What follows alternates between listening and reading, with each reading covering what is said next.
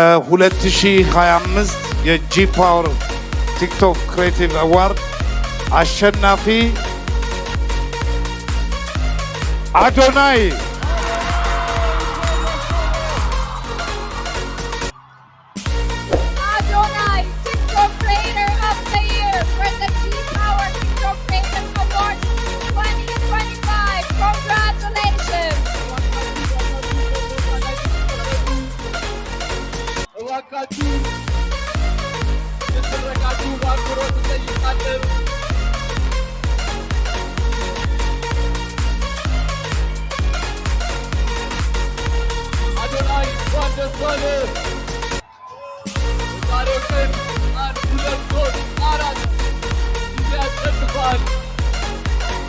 በጉጉት ሲጠበቅ የነበረው የ2025 የቲክቶክ ክሬቲቭ አዋርድ የመኪና አሸናፊ ተለይቷል።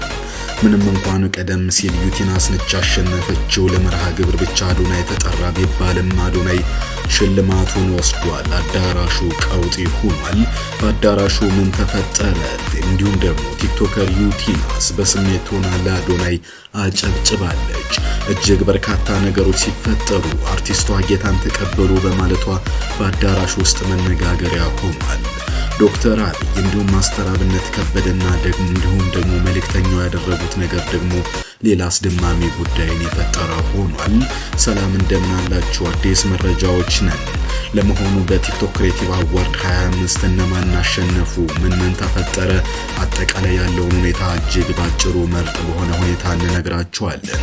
እናንተ መኪናው ለአዶናይ መሰጠቱ ልክ ነው ብላችሁ ታስባላችሁ? አዶናይ ስለ ማርያም የዘመረውም ሌላኛው አነጋጋሪ ጉዳይ ሆኗል። በእርግጥ ሽልማቱ ለዩቲናስ ይገባታል እያሉ ነበር። ዩቲናስም 3 ሽልማቶችን አግኝታለች። ለእናንተ መኪናው ለአዶናይ መሆኑ ምን ስሜት ሰጣችሁ? የዩቲናስ ደጋፊዎች ግን ተበሳጭተዋል። መረጃውን እንዲንገራችሁ። ማርያም ማርያም ማርያም ማርያም ማርያም ስሟን እጠራለሁ ሁሌም። ቪዲዮዬን ከተመለከታችሁ ማርያምን ሳልል ተናግሬ አላቅም። ሁሌም ምላሴ ላይ ያለች ሳልዋሽ ነው የምናገረው። እቆምላታለሁ። እሷ ነች እዚህ ደረጃ ያደረሰችኝ። ማርያም እላለሁ ሁሌም። ማርያምን ደስ ብሎኛል ስላሸነፍኩኝ። ማርያምን ደስ ብሎኛል እዚህ ስቴጅ ስለቆምኩኝ። ማርያምን ደስ ብሎኛል እዚህ ደረጃ ስለደረስኩኝ። እግዚአብሔር የተመሰገነ ይሁን። ማርያም አመሰግንሻለሁ።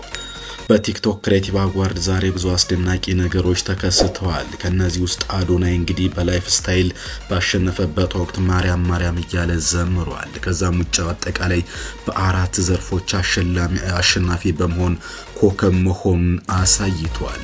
እጅግ በርካታ ሽልማቶች በተካሄደበት በዚህ ሁኔታ በ25 የቲክቶክ ሽልማት ታላቅ ምሽት ላይ በተለየ ስሜትና ትርጉም የታጀበ የሽልማት ቅብብሎሽም እጅግ የታየበት ሁኔታ ነበረ። እጅግ በርካታ ሰዎች ባሸነፉበት በዚህ ውድድር አዶናይ ከጂ ፓወር የተበረከተለትን መኪና ወስዷል። ከዛም ባልዘለለ በላይፍ ስታይልም አዶናይ አሸናፊ ሆኗል። ዩቲናስ ደግሞ እጅግ ብርቱ ተፎካካሪ በመሆን በምርጥ አለባበስ በ2025 አሸንፋለች። ከዚህ በዘለለም ዩቲናስ የህይወት ዘመን ለ5 ዓመታት ይህንን ውድድር በተለይ ደግሞ በቲክቶክ ላይ ጸንቶ በመቆምና በመስራት አሸናፊም ሆናለች። ከዚሁም በዘለለ የጂ ፓወር ኢስማኤል እንዲሁም ደግሞ አሽ ቻሌንጁንም አሸናፊ በመሆን ሽልማቷን ወስዳለች። ከእጅግ ብርቱ ፉክክር በታየበት በዚህ ውድድር ጎልቶ የታየው የዩቲናስና የአዶናይ ፉክክር ይሁን እንጂ እጅግ በርካቶች በዚህ ውድድር የተለያዩ ሽልማቶችን ያገኙበትን ሁኔታ አይተናል። ከዚህ ውስጥ የስፖርት መረጃ ይዘት አሸናፊ አቢ የ25 የቲክቶክ ክሬቲቭ አዋርድ ላይፍ ታይም እንግዲህ ቀጥሎ ዩቲናስ ነች። ከነዚህ ጋር በተገናኘ በነገራችን ላይ ዩቲናስና አዶናይን በተመለከተ ወደ ኋላ ለየት ያሉ መረጃዎችን ይዘንላችኋል።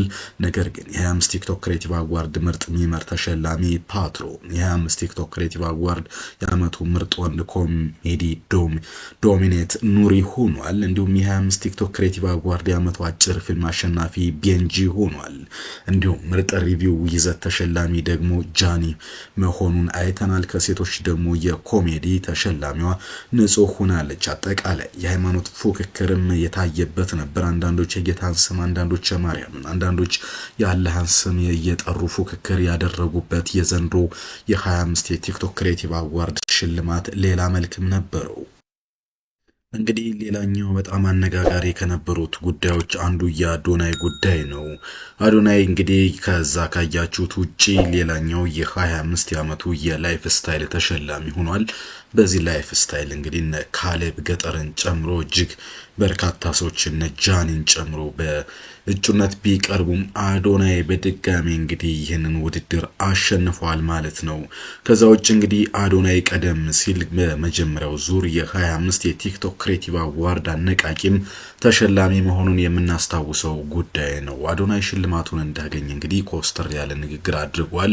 በመዝሙር የታገዘ ማርያም ማርያም የሚለውን መዝሙር አድርጓል። እዚህ የደረስኩት በእናንተ ፊት የቆምኩት ድክመቴን ያረምኩት በቅድስት ድንግል ማርያም ነው በሚል ንግግር አድርጓል። ከመድረኩም እጅግ ደመቅ ያለ ጭብጨባም ተደርጎለታል ማለት ነው። ከዛ ውጭ ግን የካሜራማኑ ወደ መድረክ በመጥራት ካሜራማኑ መናገር ሲከብደው ድረስና በእንባ ታጅቦ ንግግር ያደረገበትን እውነት አስተውለናል። አይ እንግዲህ ለካሜራማኑ እናንተ ነው ህይወቴን በሙሉ ወደ እናንተ እንዳደርስ ከኔ ጀርባ ያለው እሱ ነው በሚል ለምስጋናና ለአድናቆት አቅርቦታል። ከዛ ውጭ ግን የአዶናይ ንግግር ምናልባት የአርቲስቷን ንግግር ተከትሎ የመጣ ነው። በዚህ መድረክ ተገቢ ነገር አልተከሰተም ተብሎ የሚታሰበው ነገር አንዱ የእምነት ፉክክር የሚመስል ተጽዕኖ ማረፉ ነው። ለዚህ በተለይ በኃላፊነት ደረጃ አዲስ አበባ እግር ኳስ ፌዴሬሽን ምክትል ፕሬዝዳንት የሆነችው ማስተዋል ወንደሰን አግባብ የሆነ ንግግር አላደረገችም ተብሎ እጅግ ወቀሳ ተሰንዝሮባታል። በዚህም በቲክቶክ ክሬቲቭ አዋርድ ለመሸለም ወደ መድረክ ወጥታ ነበረ። አርቲስት ማስተዋል ወንደሰን በህይወታችሁ ለውጥ ማምጣት ከፈለጋችሁ ጌታን ተቀበሉ ብላ ንግግር ማድረጓ በርካቶችን አስቆጥቷል። እንዲህ አይነት የመድረክ ልዩ የሆነ ፕሮግራም ላይ እንዲህ አይነት ሃይማኖታዊና የግል አመለካከትን መስበክ አግባብ አይደለም፣ ሌላ ቦታ አለው የሚል ተቃውሞ አስተናግዳለች። አዲስ አበባ እግር ኳስ ፌዴሬሽን ምክትል ፕሬዝዳንት ሆና እያለ ይህ ከባህሪና ከእምነት ቦታ ውጪ ያፈነገጠ ማመንና የሚያምኑበትን መስበክ ችግር ባይኖረውም ሽልማት ለመስጠት የተጋበዙበት መድረክ ለእምነት ፍላጎት መጠቀም ደስ አይልም። መቼም በምናደርገው ነገር ሁሉ አግባብ ነው። መቼ ነው? የት ነው? እዚህ ጋር ተሸላሚ ሰዎች የሚያደርጉትን ምስጋና ዝርዝር እንዳታዳምጡ። ሸላሚና ተሸላሚ ይለያያሉ። ስትሸለም ምንም ብትል ስሜት ይሰጣል።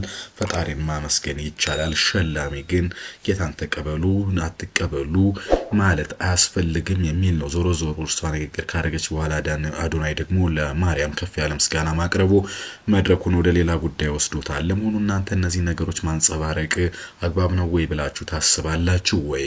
እስኪ ስለ ሌሎች ተሸላሚዎችና መድረኩ ላይ ስለነበሩ ሁነቶች ተጨማሪ መረጃዎችን እንቀጥል። በዛሬው ቲክቶክ ክሬቲቭ አዋርድ እንግዲህ እጅግ በርካታ ገንዘብን ወጪ የተደረገበትና በርካታ ካሜራ የተገኘበት እጅግ ያማረ መድረክ ተስተውሏል። ወጣቱ ትውልድ የራሱን ዓለምና መድረክ እየገነባ ነው ተብሏል። በርካታ ትችቶችን ቢያስተናግድም ወጣቱ ትውልድ ግን ይኸው እየተደነቀም እየተተቸም በራሱ መንገድ እየሄደ ነው እየተባለ ነው። በዛሬው ዕለት እንግዲህ የ25 የቲክቶክ ክሬቲቭ አዋርድ የዓመቱ ጉዞ ተሸላሚ ታውቋል። ሰያን ጨምሮ እንግዲህ ሌሎች ሄድ በገጠርን ጨምሮ እጩ የሆኑም ሰያ የዚህ ውድድር ተሸላሚ ሆኖ ተገኝቷል ዛሬ። ከዛ ውጭ እንግዲህ በዳንሰኛ ዝርዝር ውስጥ ተሸላሚው ዳዊት ታዬ ሆኗል። ከ5 በላይ ዳንሰኞች በተገኙበት ወይም ደግሞ እጩ ሆኑበት በዚህ መድረክ እሱ አሸናፊ ሆኗል። ከዛ ውጭ የ2025 ደግሞ አዲስ የተጀመረና በቀጣይ እጅግ ተጽዕኖ ይፈጥራል ተብሎ ተስፋ የተጣለበት ሰውም ሽልማቱን አግኝቷል። ቲክቶከር ባምሌ በ2025 እንግዲህ ጥሩ ተሸላሚ ወይም ደግሞ ተስፋ የተጣለበት ተብሎ ተሸልሟል። ከዛ ውጭ ዛሬ አነጋጋሪ የነበረውና በብቸኝነት የተሸለመው ብሩክ ኒውስ ነው። ብሩክ ኒውስ 2 ሽልማቶችን አግኝቷል። የመጀመሪያው የ2025 የዓመቱ ኢንፎርማቲቭ ተሸላሚ በሚል ያገኘው ሽልማት ሲሆን ከዛ ውጭ ደግሞ በራንደም በተሸለመ ሽልማት 150 ሺህ ብር ሽልማት ሆኗል። እንደምታውቁት ሙሴ ሰለሞን ከብሩክ ኒውስ ጋር ወይም ደግሞ ብሩክ ጫላ ጋር ተፎካካሪ እንደነበር ይታወቃል። ይሁንና ግን ሙሴ ሰለሞን ከህገወጥ የሰዎች ዝውውር ጋር በተገናኘ በቁጥጥር ስር ውሏል። ወደ ካናዳ ሰዎችን የሚልክ ድርጅት ማስታወቂያ በመስራቱን ተከትሎ በርካታ ሰዎች ሙሴ ሰለሞን ከዘገበውማ እውነት ነው በማለት በመመዝገብ ገንዘባቸውን ተበልተዋል፣ ለኪሳራም ተዳርገዋል። ይህም በተመለከተ እንግዲህ ሙሴ ሰለሞን በቁጥጥር ስር ከዋለ ሳምንታት እያለፉ ይገኛሉ። በዛሬው ዕለት እንግዲህ ብሩክ ጫላ ለሙሴ ሰለሞንም እንዲሁ መልካም ምኞቱን ገልጿል። ውድድር የኔ ብቻ አይደለም ተፎካካሪዎች ቢኖሩም ለአምላክ ለቤታቸው ያብቃቸው ሲል እንግዲህ ጨዋነቱን ያስመሰከረበትን ጉዳይ ገልጿል። ከዛ ውጪ ሰዎች ያደረጉት ደግሞ ሌላው ነገር እጅግ አነጋጋሪ ነበርና የዕለቱ ጉዳይ ነበር። ዛሬ እንግዲህ መከባበር የተስተዋለበት ጉዳይ መሆኑን የተከሰተው ከብሩክ ጫላ ብሩክ ኒውስ ለሙሴ ሰለሞን በሰላም ወደ ቤቱ እንዲገባ በተመኘበት ንግግር የቀጠለ ነው። እሱን ተከትሎ እንግዲህ በርካቶች ሽልማታቸውን አሳልፈው ሲሰጣጡ ነበር። የ25 ቲክቶክ ክሬቲቭ አዋርድ የማህበራዊ ኃላፊነት በመወጣት ዶክተር አብይ ታደሰ ወይም ደግሞ ከአንገት በላይ ሕክምና በመስጠት የሚታወቀው ዶክተር አብይ ጅማ ተሸላሚ ነው። ዶክተር አብይ እንግዲህ ወደ አምቦ በመቅናትም የህፃናትን ሕክምና እጅግ በመስጠት ታወቅ ሰው እንደሆነ ይታወቃል። ሽልማት ካገኘ በኋላ ለኔ አይገባኝም በማለት ሽልማቱን ለማስተር አብነት አሳልፎ ሰጥቶታል። ማስተር አብነት ደግሞ ይህን ሽልማት እንደገና ለኔ አይገባም በማለት በቅርቡ ራሱን ሰይፉ ላይ ስለገለጠውና ነገ እሁድ ከባድ ሽልማት በባህር ዳር ለተዘጋጀለት ለመልእክተኛው አሳልፎ ሰጥቶታል። መልእክተኛው እንደገና በድጋሚ ለዶክተር አብይ ያረ ለመጀመሪያው ራስ ላንተ ይገባሃል በሚል በዙር ተቀባብሎት እንግዲህ አንዱ ሽልማት ለሶስት ደርሷል። ሶስቱም በማህበራዊ ኃላፊነት እጩ የነበሩ ናቸው።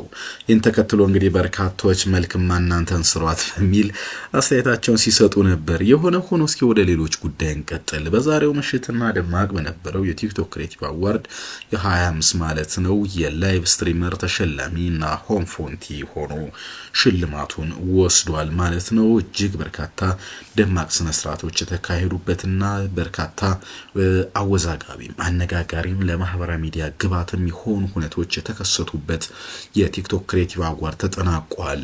ሰዎች ሀሳብ አስተያየታቸውን ሲሰጡ እንግዲህ የቲክቶክ ተጽዕኖ ፈጣሪዎች ሽልማት በሚል የተሰናዳውን ሁነት በወፍ በረር አየነው። የካሜራው ጋጋታና የሚንቀሳቀሰውን ሀብት የቅንጦት ኑሮም በሚገርም ሁኔታ አይተነዋል ብለዋል። ጠቅለል ሲል እንግዲህ በዚያች እንቆቅልሽ የሆነች ሀገር ወጣቱ ትውልድ ዓለም በተረዳበትና ባለው ግንዛቤ ልክ የራሱን ኤምፓየር በዲጂታል ዓለም እየፈጠረ ነው። ስለዚህ ቴክኖሎጂው ለሁላችንም እኩል ደርሶናል። አሁንም ጥያቄው አብዛኛው ሰው የራሱን ኤምፓየር ተፈጥራለህ ወይስ እነሱን እየተቹና እያሞካሽ ይኖራል የሚለው አንዱ ጉዳይ ነው። የሆነ ሆኖ ግን ቲክቶክ ተጽዕኖውን መካድ አይቻልም የሚል ሀሳብ አስተያየት እየተሰጠ ነው። ለማንኛውም የ25 ቲክቶክ ክሬቲቭ አዋርድ ዛሬ ባስደናቂ ሁኔታ ባያችሁት መልኩ ተጠናቋል። እናንተ ስለ ሽልማቱ አጠቃላይ ስላያችሁትና ስለታዘባችሁት ነገር የምትሉት ነገር ካለ ኮሜንት ቦክሳችሁ ላጋሩን። ያሁን አበቃን። መልካም ጊዜ